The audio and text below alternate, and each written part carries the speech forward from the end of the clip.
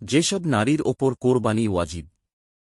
কোরবানি শুধু পুরুষদের জন্য নয়, ইসলামের বিধান অনুযায়ী সম্পদশালী নারীর ওপরও কোরবানি ওয়াজিব হয়।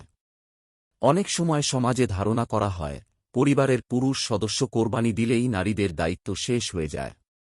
অথচ শরীয়তের দৃষ্টিতে যদি কোনো নারী নিসাব পরিমাণ সম্পদের মালিক হন, চাই তিনি বিবাহিতা হন, অবিবাহিতা হন, চাকরিজীবী হন কিংবা গৃহিণী, তাহলে তার ওপরও কোরবানি ওয়াজিব হতে পারে। আল্লাহ তাআলা বলেন, আপনি আপনার রবের উদ্দেশ্যে সালাত আদায় করুন এবং কোরবানি করুন। সূরা কাউসার আয়াত ২। বিশেষত নারীদের কারো কারো কাছে অলংকার বা সঞ্চিত অর্থ থাকার পরও কোরবানি ওয়াজিব হওয়া সম্পর্কে অজ্ঞাত থাকেন। ফলে সচেতনতার অভাবে একটি জরুরি ইবাদত থেকে তারা বঞ্চিত হন। অনেক সময় পুরুষের আর্থিক দায়িত্বেই কোরবানি সীমাবদ্ধ রেখে নারীদের সম্পদকে বিবেচনায় আনা হয় না, যা শরীয়তের দৃষ্টিতে গ্রহণযোগ্য নয়। মহানবী সাল্লাল্লাহু আলাইহি ওয়াসাল্লাম বলেন, যে ব্যক্তি সামর্থ্য থাকা সত্ত্বেও কোরবানি করল না, সে যেন আমাদের ঈদগাহের নিত্যেও না আসে। সুনানে ইবনে মাজাহ, হাদিস ৩১২৩। এ বাস্তবতাকে সামনে রেখে প্রয়োজন কোরবানি ওয়াজিব হওয়ার শরঈ মানদণ্ড সম্পর্কে সচেতনতা বৃদ্ধি। নেসাব, মালিকানা, সময়সীমা ও প্রয়োজনাতিরিক্ত সম্পদের সংজ্ঞা ও ব্যাখ্যা বুঝতে পারলেই কোরবানির বিষয়ে একজন মুমিনের অবস্থান স্পষ্ট হবে। এখানে কোরবানি ওয়াজিব হওয়ার বিষয়টি সহজ ভাষায় তুলে ধরা হল, যাতে প্রত্যেক মুসলমান নিজের অবস্থান নিরূপণ করে যথাযথ ইবাদত পালন করতে পারেন।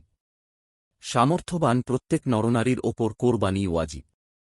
শরীয়তের ভাষায় সামর্থ্যবান বলা হয় যার নিসাব পরিমাণ সম্পদ আছে। ওয়াজিব হওয়ার শর্ত সহজ করে বললে, যার ওপর যাকাত ওয়াজিব, তার ওপর কোরবানি ওয়াজিব। প্রত্যেক প্রাপ্তবয়স্ক, সুস্থ মস্তিষ্ক সম্পন্ন স্বাধীন মুসলিম নরনারীর ওপর কোরবানি ওয়াজিব। যদি সে ১০ জিলহজ ফজর থেকে ১২ জিলহজ সূর্যাস্ত পর্যন্ত সময়ের মধ্যে প্রয়োজনের অতিরিক্ত নিসাব পরিমাণ সম্পদের মালিক হয়। আদ দুররুল মুক্তার ৫ ডিভিশন ২১৯। নেসাবের পরিচয়। যার কাছে ৭.৫ ভরি স্বর্ণ অথবা ৫২.৫ ভরি রূপা আছে, তিনিই নেসাব পরিমাণ সম্পদের মালিক।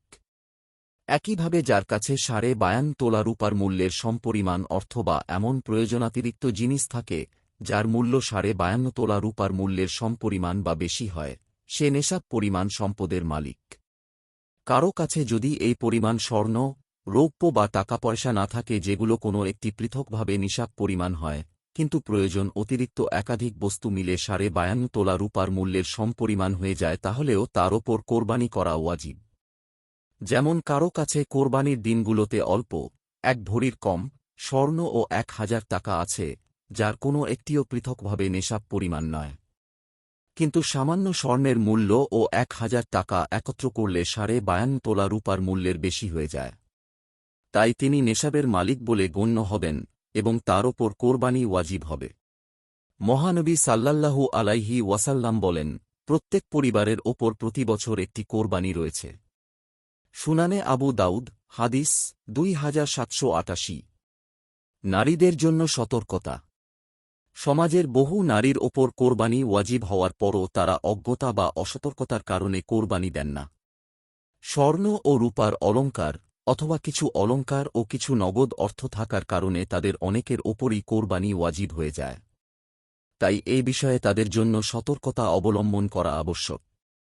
মনে রাখতে হবে, কোরবানির মূল উদ্দেশ্য শুধু পশু জবাই করা নয়, বরং আল্লাহর প্রতি বান্দার তাকওয়া ও আনুগত্যের বহিঃপ্রকাশ।